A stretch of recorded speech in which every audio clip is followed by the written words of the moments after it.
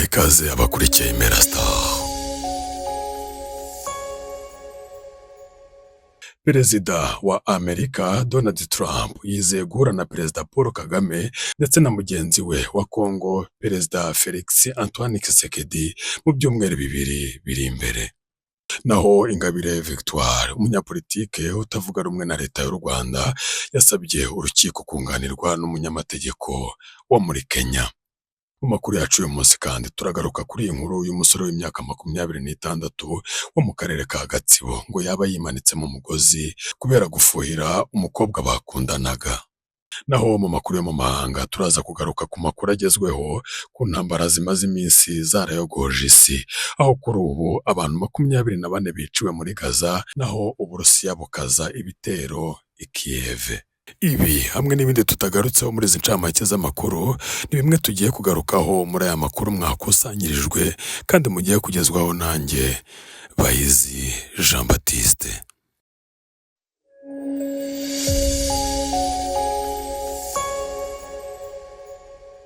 Perezida Donald Trump wa Leta Zunze Ubumwe za Amerika yagaragaje ko yizeye guhura na Perezida Paul Kagame w'u Rwanda ndetse na Perezida Felix Tshisekedi wa Repubulika Iharanira Demokarasi ya Kongo. Ubu butumwa yabutangiye mu kiganiro yagiranye n'abanyamakuru ku itariki 9 z'ukwezi kwa karindwi, asobanura ibijyanye n'amahoro u Rwanda rwasinyanye na Kongo ku itariki 27 z'ukwezi kwa gatandatu. Iki kiganiro cyabaye ubwo Perezida Donald Trump yakiraga Joseph Boakai wa Liberia, Bassirou Diomaye Faye wa Senegal, Brice Oligui Nguema wa Gabon, Mohamed Ould Ghazouani wa Mauritania ndetse na Umaru Sissoco Embalo wa Guinea Bissau. Yagize ati ibihugu byahagarariwe byishimiye cyane ko twashoboye gukemura kiriya kibazo, kandi ntekereza ko mu byumweru bibiri biri imbere abakuru b'ibihugu byombi bazaza gusinya amasezerano ya nyuma. Amasezerano yasinywe mu kwezi gushize arimo ingingo yo gusenya umutwe w'iterabwoba wa FDLR umaze imyaka myinshi uhungabanya umutekano w'u Rwanda. Harimo kandi no gukuraho ingamba z'ubwirinzi u Rwanda rwashyizeho.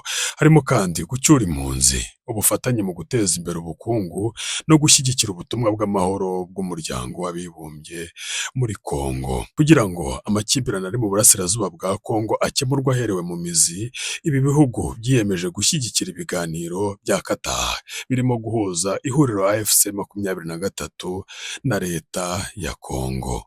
Naho mu yandi makuru yo mu Rwanda, Ingabire Victoire yasabye urukiko kunganirwa n'umunyamategeko wo muri Kenya. Urukiko rw'ibanze rwa Kicukiro mu mujyi wa Kigali rwatangiye kuburanisha urubanza ku ifunga n'ifungurwa ry'agateganyo rya Ingabire Victoire, umunyapolitike utavuga rumwe n'ubutegetsi bw'u Rwanda ukurikiranyweho ibyaha bifitanye isano no gushaka guhirika ubutegetsi ndetse no kurema umutwe w'abagizi ba nabi. Ingabire Victoire yagaragarije urukiko inzitizi ebyiri kuri uru rubanza rwe rw'ifungwa n'ifungurwa by'agateganyo, aho yavuze ko yifuza kunganirwa n'umunyamategeko wo mu gihugu cya Kenya. Icyifuzo cye agishyikiriza urugaga rw'abavoka mu Rwanda ariko rukaba rutaracyemera. Ni mu gihe kandi umunyamahanga wifuza kunganira umuntu mu nkiko zo mu Rwanda agomba kubiherwa uruhushya n'urugaga rw'abavoka.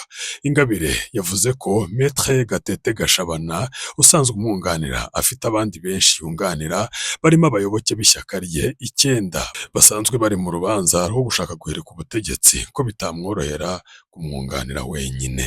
Maître Gashabana nawe wari mu rukiko yavuze ko umuburanyi kunganirwa n'uwo yihitiyemo ari ihame mu migendekere myiza y'urubanza kandi ari uburenganzira bwe ntakuka. We na Ingabire batakambiye urukiko ko rwabasabira mu rugaga rw'abavoka kwemerera uwo munyamategeko wo muri Kenya, kandi ko u Rwanda nka kimwe mu bihugu bigize umuryango wa Afurika y'Iburasirazuba rwagombye kwemera uwo mwanzuro w'uko abavoka bo muri ibyo bihugu bemerewe kujya gukorera no mu bindi bihugu mu kunganira abaturage babyo. Ubushinjacyaha buvuga ko mu rubanza rw'ifunga n'ifungurwa humvwa impamvu zikomeye zituma umuntu akomeza gufungwa cyangwa agafungurwa by'agateganyo, ko inzitizi zo gushaka undi mwunganizi zitabuza ko urubanza rufatwaho umwanzuro. Kuri icyo kibazo rero urukiko rwavuze ko nta bubasha rufite bwo kwinjira mu mikorere y'urugaga rw'abavoka, ndetse runanzura ko mu kwirinda gutinza urubanza ku nyungu z'ubutabera,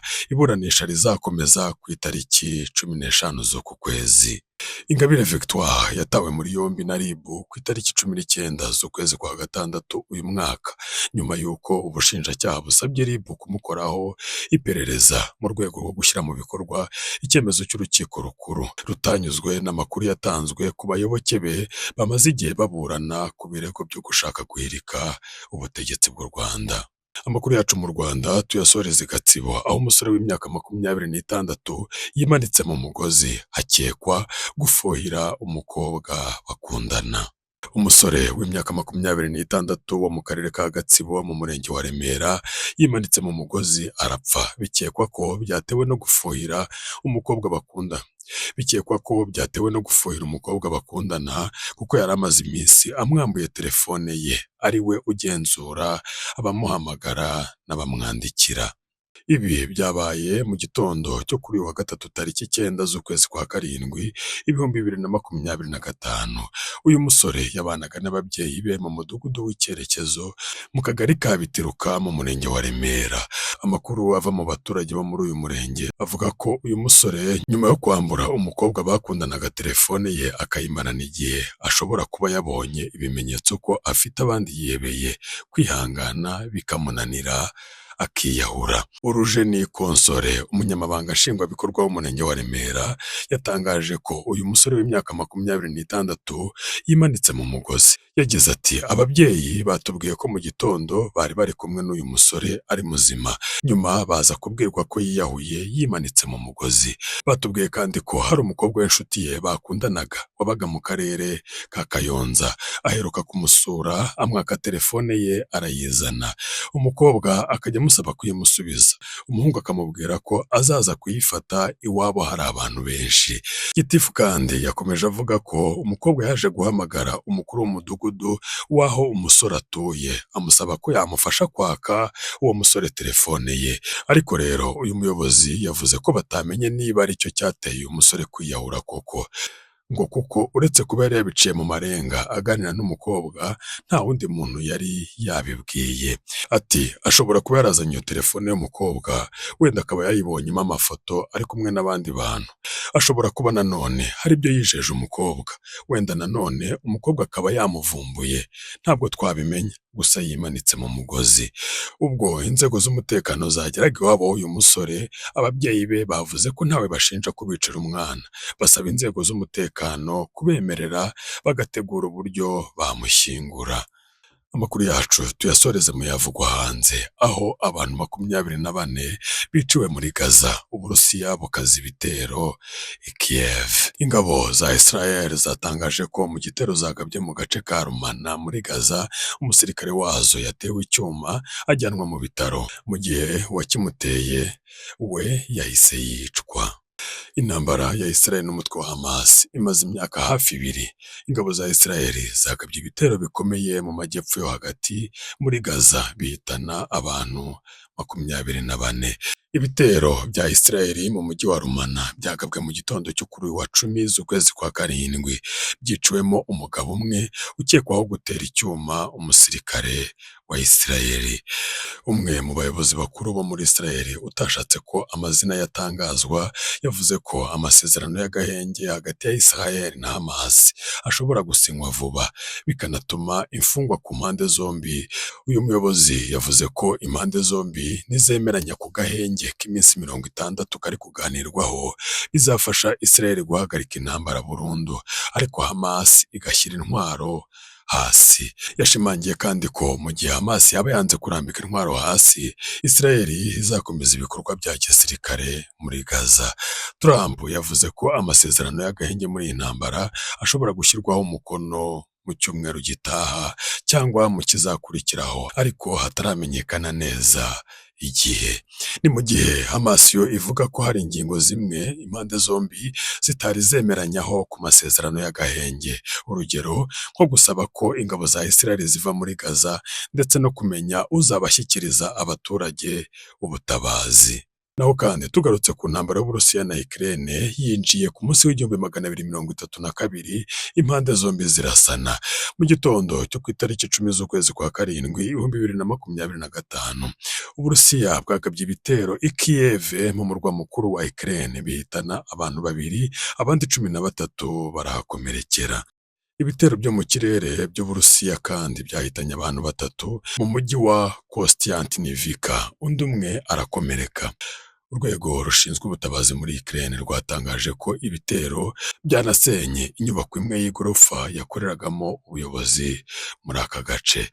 Ku rundi ruhande Ukraine nayo yarashe ikoresheje drone mu mujyi wa Kursk, abantu 4 bahitanwa nabyo. Alexander ni guverineri wa Kursk, yavuze ko mu bapfuye harimo umwana w'imyaka 5 wishwe n'ibikomere by'ubushye kubera izo drone. Ariko rero Al Jazeera yo yanditse ko ingabo z'Uburusiya zigijeyo ingabo za Ukraine mu duce dutandukanye. Minisiteri y'ingabo mu Burusiya yavuze ko yifashishije ibisasu bya misile na drone mu kugaba ibitero ku bubiko bw'intwaro. Bivugwa kandi ko Uburusiya bwamaze kwigarurira aka gace ka Donetsk. Munyemerere tubashimire mwe mwese mwari mudukurikiye. Amakuru kuri Imerastar nakagaruka. Mugira umunsi mwiza, mugira ibihe byiza.